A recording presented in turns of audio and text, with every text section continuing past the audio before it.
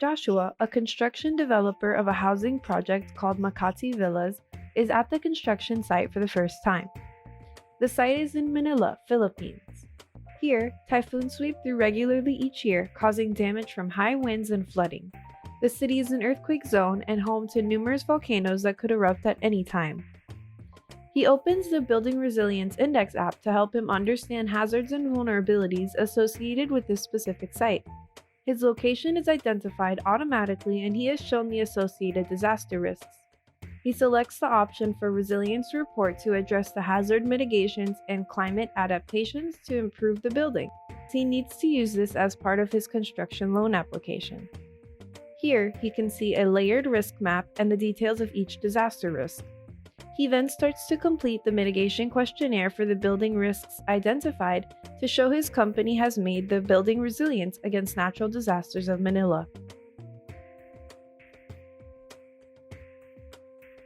Joshua can also refer to the IFC's user guide on mitigation strategies.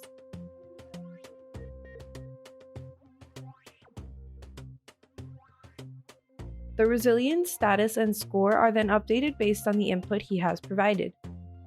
He generates the standardized letter grade of resilience status. His construction project submits it to the Philippines Commercial Bank for a construction loan. The woman who manages such construction loan applications is Teresa Santos. She's in charge of real estate investments at the Philippines Commercial Bank.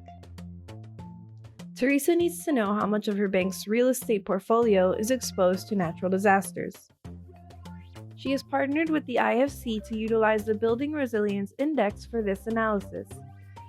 She and her team work with real estate developer clients and report each project resilience by the Building Resilience Index app.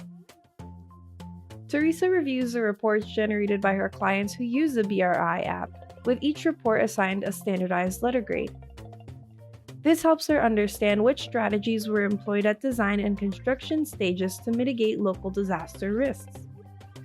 Teresa learns that of her 1 billion real estate portfolio, 40% of the building assets by value have a letter grade of A.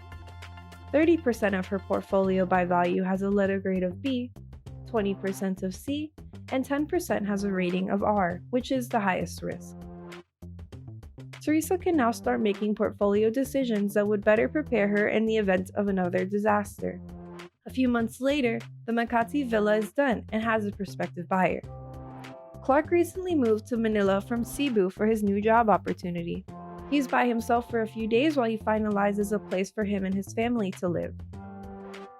He finds a place he likes, but he wants to understand the potential risk associated with the property. He quickly turns to the Building Resilience Index app and provides the location details.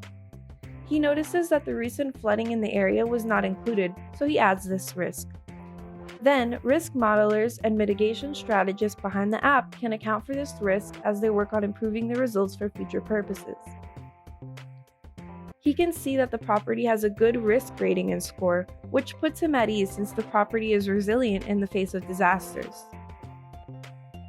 He decides to put an offer in to buy the apartment. A few months later, he and his family are safely living in the Makati Villa without fear of disasters that may come their way. The Building Resilience Index was a common language connecting the investor, developer, and the end buyer of the real estate.